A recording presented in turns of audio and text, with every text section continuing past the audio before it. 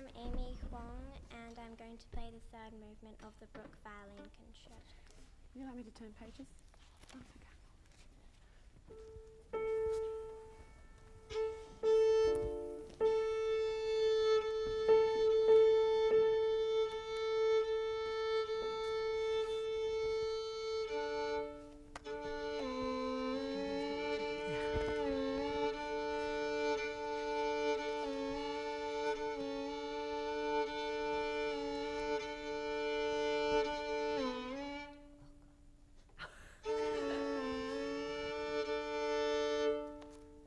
You okay?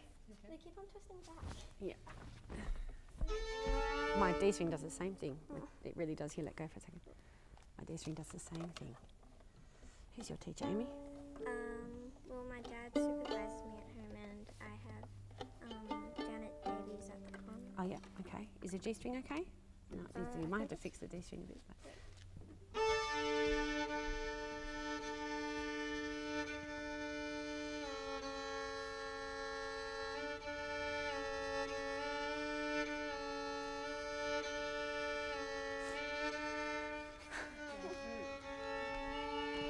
It's okay, honestly. It's terrible, terrible. I was doing this in my hotel room just before I came. Is your G string okay? It's a bit stiff. Are you happy with that? Sorry, I don't want to touch it anymore. Oh. It's the G string. We'll cheat. Perfect.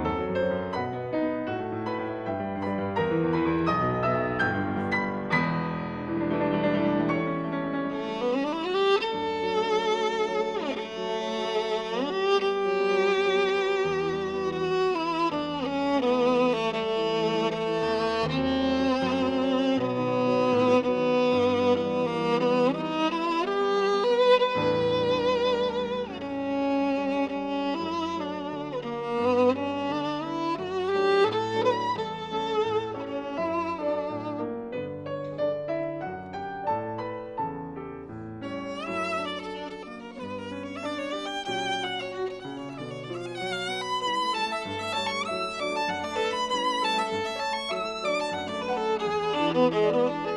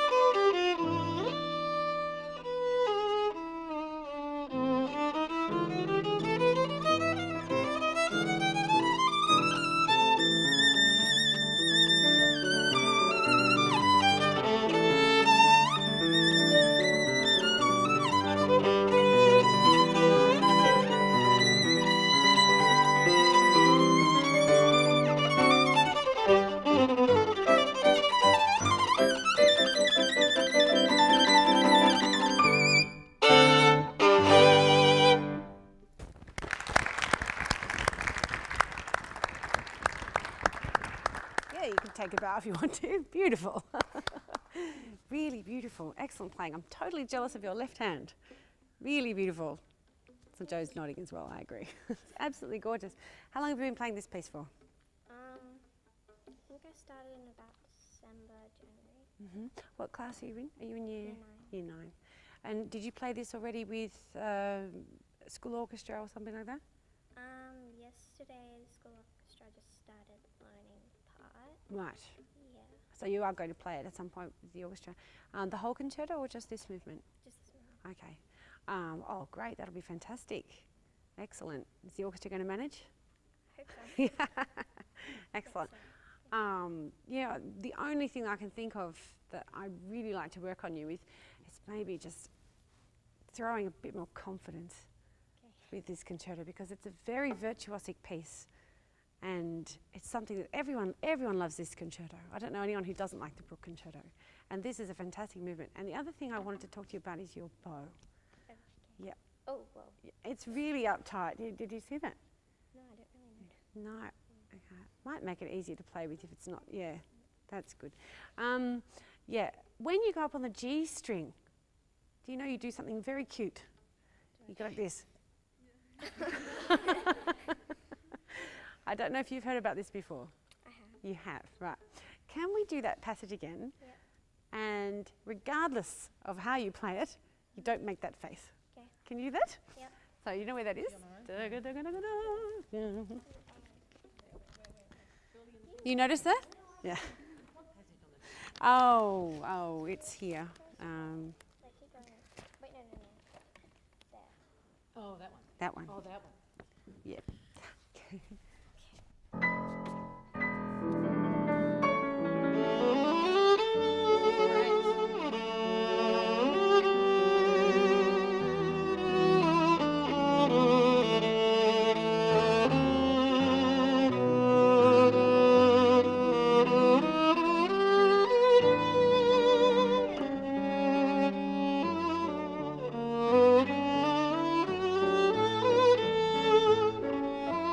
Top. Excellent. Yep, you didn't do it at all, and it was absolutely gorgeous. Have you heard of something called through vibrato? It's something that the soloists use. It's where your vibrato doesn't stop between the notes. Hello.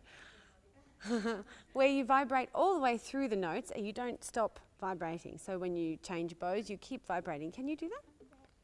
Just try, not necessarily that passage, maybe just play a scale on the G string, G to G, and just vibrate on every note and don't stop vibrating all the way up. So G, up the G string to just to G. Yep. Yeah, try again. So, yep, a little slower, maybe with separate bows.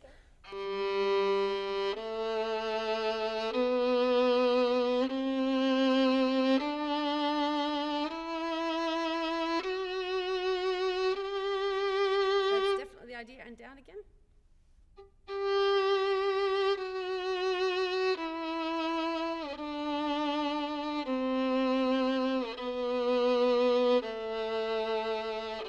That's definitely the idea. When you vibrate with through vibrato and go all the way through a passage like that, it will give you a really beautiful, sonorous, continuous sound. Okay. Do you want to try that?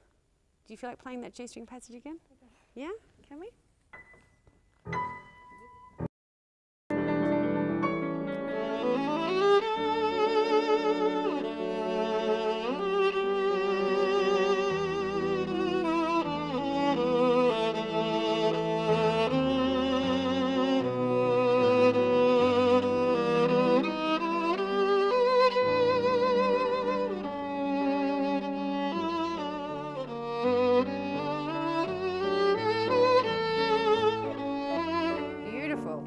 I think that sounds lovely. You don't have to do it like that. That's just an option. When you do through vibrato and you have that lovely sound, that also means sometimes you have to adjust other things. Then you might have to use more bow or use more articulation in the bow because you're vibrating a lot.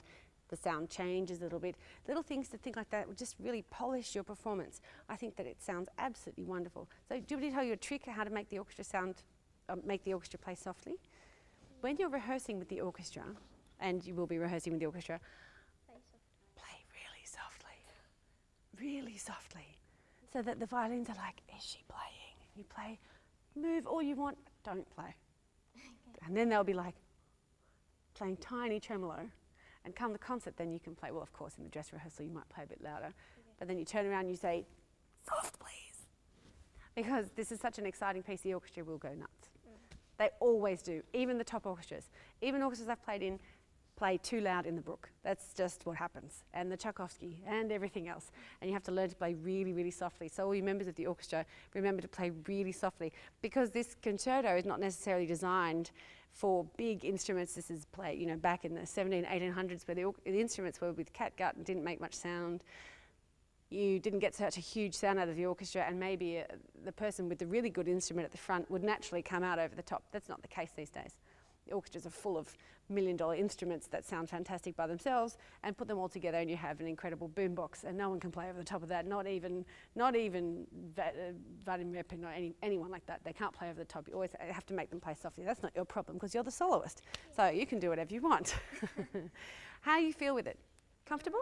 Yeah, it's all right. All right. What I'd like to do is the very ending as well. For some reason, you're playing really well in time, which is excellent because you're playing the offbeats. But for some reason, suddenly sounded a little insecure. So I'd like you to play it again, if you don't mind. Yeah, and also hear these bits. When you hit these top notes, you can really go for it. It's extremely virtuosic. Yeah? So let's go from, can we go from 293, or we'll just give her those 2 bars, or 4 bars there. 289? Yeah.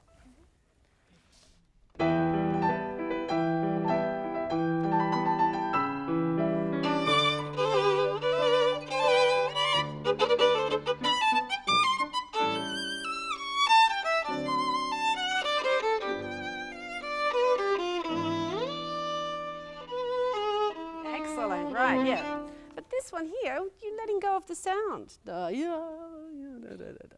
The orchestra's not doing anything. You're the only one playing. It's virtuosic, so you can really go for it there. Okay, can you do that again? Can you just go from that bar, 2 nines? Oh. You go from that entry, same entry again. Same entry, yeah. You play, yeah.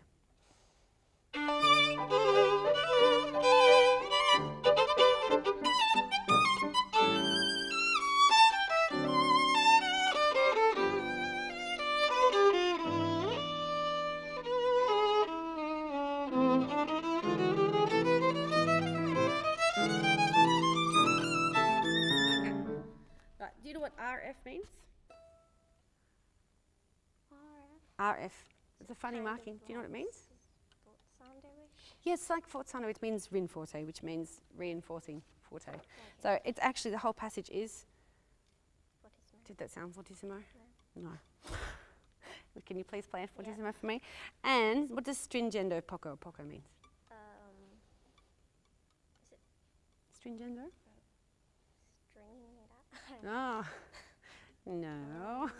Stringendo means getting a little faster. Right. And poco means? More. Little by little.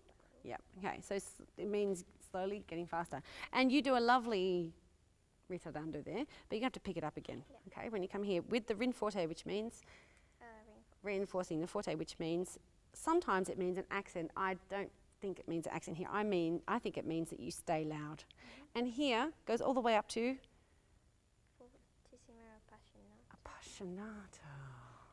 Yeah. Do you like that word? Yeah. Do you know what it means? Passionate. Passionate. Yes, it means passionate, exactly. Right, so we have to go from here, play fortissimo with getting faster, all the way up to appassionato. This is the climax. This is it. And you know what the orchestra's doing underneath you? Not much. Blink, blink. So this is your moment. This is really it. You've got to go for it. Can you do that again from there? Yeah. Really fortissimo, please.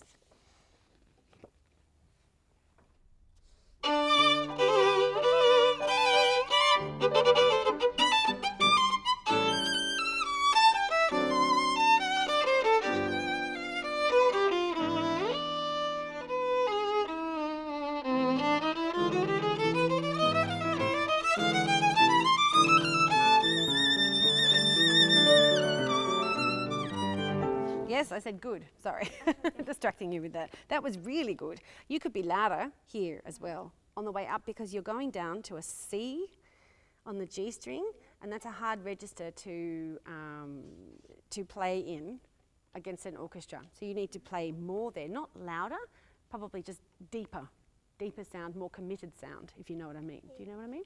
Good. Can you just go from the top there? Da, ya, da, da, da, da, da. Yeah, really big.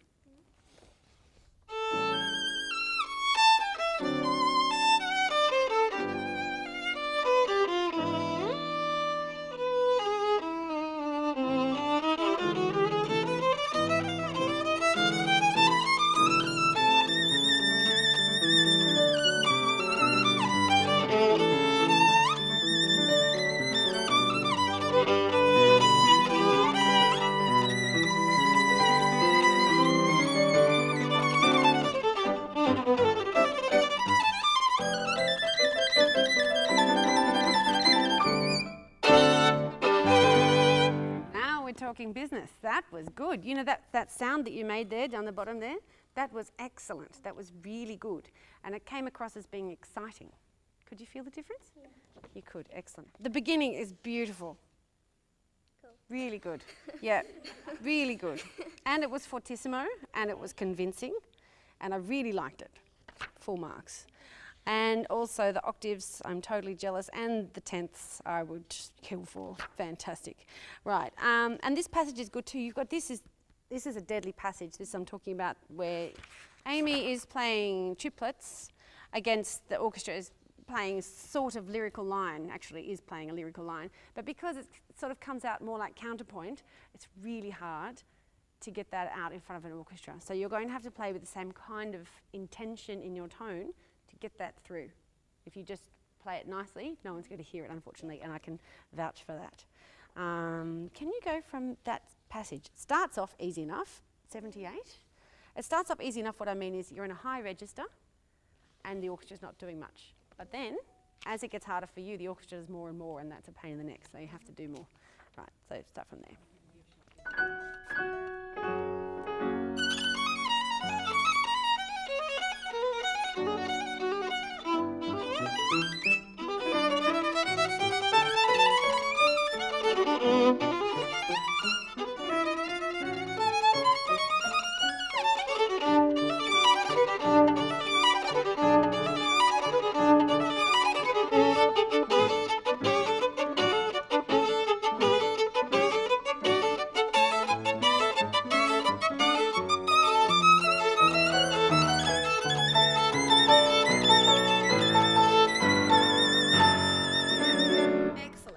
And it is conforca, and you definitely, when you got to that bit, excellent. You take charge there because the orchestra is going to follow you. You're playing quavers, and they're not playing every note, so you can really take charge there. Excellent. You lost it a little bit. Oh, it just did the sound kind of. Did you feel it? You got to really drive it all the way to the end. You have to drive that phrase. Go. Can you go from 94, please? Can you go from the beginning of that? Yeah. And drive all the way to the end.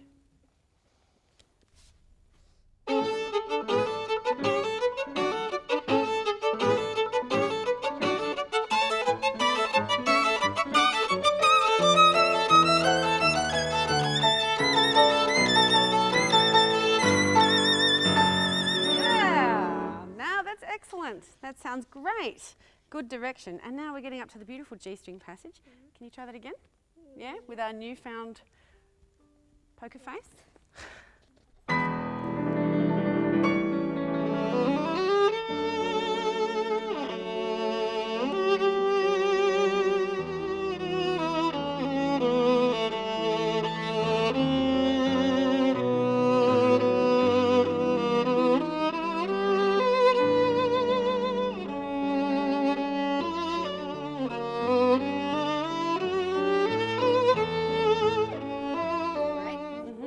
What do you think is going to happen when you play that with an orchestra? You're on the G string. They'll overpower you. Yeah, they could overpower you. So you have to think about that too. Make sure that they play really softly when you do it. Okay, keep going on. And this is lovely and lyrical. It starts grazioso, which means? Graceful. Gracefully, yes. And there's a crescendo, okay? And it's pianissimo in this part here, but you've got all sorts of dynamics. But you have to be careful that you keep the crescendo going, right? Same sort of thing, you have to keep the whole line going. Can you do that? Yeah. Can you go from there? 135, yeah.